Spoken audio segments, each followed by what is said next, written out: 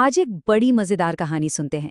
कहानी एक बिल्कुल आम सी ट्रेन यात्रा की है जो 3 दोस्तों के लिए एक कभी न भूलने वाला सफर बन गई। तो चलिए इस दोस्ती और हंसी मजाक से भरे सफर पर हम भी चलते हैं। कहानी का सेटअप कह सकते हैं बहुत ही सिंपल है। 3 दोस्त हैं, तीनों अलग अलग शहरों से हैं और ये सब मिलते हैं एक ट्रेन के सफर पर जो जो उनकी जिंदगी का एक यादगार हिस्सा बन जाता है। तो सवाल ये है कि आखिर ये 3 दोस्त हैं कौन, जिनकी वजह से आप मानेंगे नहीं ट्रेन का पूरा डिब्बा ठहाकों से गूंजने लगा था।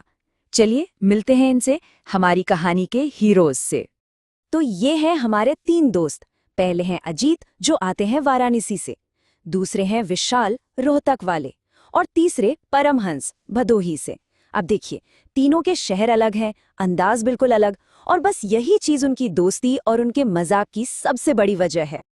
और बस जैसे ही ट्रेन ने अपनी रफ्तार पकड़ी, इन दोस्तों के बीच वो मजेदार वाली नोकझोंक भी शुरू हो गई।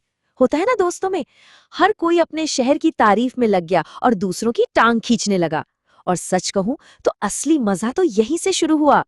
तो सबसे पहले मोर्चा संभाला अजीत ने, एकदम बनारसी अंदाज में बड़े गर्व से कहते हैं, भैया वाराणसी की हवा लगते ही आदमी आध्यात्मिक हो जाता है, मतलब वहां की हवा में ही भक्ति है। अब ये सुनकर भला रोहतक के विशाल कैसे चुप रहते। उन्होंने भी फौरन अपना दांव चलाया और बोले, और रोहतक की हवा लगते ही आदमी पहलवान बन जाता है। और फिर आया असली पंचलाइन।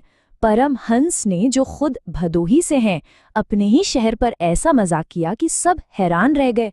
वो कहते हैं, तो भदोही की हवा लगते ही आदमी कालीन बन जाता है क्या? और बस इतना सुनना था कि पूरा का पूरा डिब्बा, अरे क्या कहने, ठहाकों से गूंज उठा। मतलब कोई ऐसा नहीं था जो अपनी हंसी रोक पाया हो। कमाल का माहौल बन गया था। अच्छा, मजाक का ये सिलसिला यहीं खत्म नहीं हुआ। सीन में एंट्री होती है चाय वाले की। अजीत ऑर्डर करते हैं एक ज्ञान वाली चाय देना। विशाल कहते हैं, मुझे चाहिए एक ताकत वाली चाय।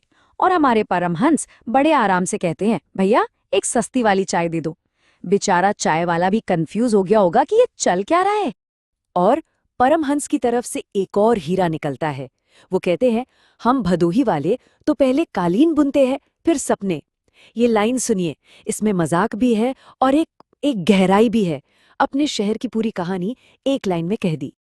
अब इतना हंसी मजाक चल रहा था तो जाहिर है आसपास के लोगों का ध्यान तो जाएगा ही, और गया भी। एक बुजुर्ग सज्जन कब से इन तीनों को देख रहे थे और उन्होंने एक ऐसा सवाल पूछा जो इस कहानी का सबसे बड़ा और सबसे मजेदार ट्विस्ट बन गया। उन बुजुर्ग ने बड़े ही सीधे साधे अंदाज में तीनों से पूछ लिया, बेटा तुम तीनों कॉमेडियन हो क्या? और इस सवाल का जो जवाब आया वो तो मतलब सबसे बड़ा मजाक था। तीनों ने एक साथ मिलकर कहा, नहीं अंकल, हम बेरोजगार दोस्त हैं। सोचिए जरा, अपनी ये परेशानी पर इतना खुलकर हंसना, इसी बात ने तो सबका दिल जीत लिया। और उस एक पल मीना एक जादू सा हो गया। किसी के हाथ में फोन नहीं था, कोई अपने फोन को नहीं देख रहा था। सब बस उस पल को जी रहे थे, एक दूसरे को देख रहे थे और साथ में हंस रहे थे। आज के जमाने में ऐसा मंजर कहाँ देखने को मिलता है कि नहीं? और इसी बीच एक बच्चे की मासूम सी आवाज गूंजती है। वो अपनी माँ से कहता है, मम्मी ये अंकल लोग टीवी से ज्यादा मजेदार हैं। सच कहूं तो इससे सच्चा और इससे बड़ा कॉम्प्लीमेंट और क्या ही हो सकता था। खैर, वक्त कहाँ रुकता है, सफर आगे बढ़ा और दोस्तों के स्टेशन भी आने लगे। पर बात यह है कि ये बस कुछ घंटों का ट्रेन का सफर नहीं रह गया था। ये तो यादों का एक खजाना बन चुका था जो हमेशा उनके साथ रहने वाला था। और जाते जाते भी उनकी मजेदार बातें रुकी नहीं। परमहंस ने कहा, दोस्तों सफर तो बहुत छोटा लगा।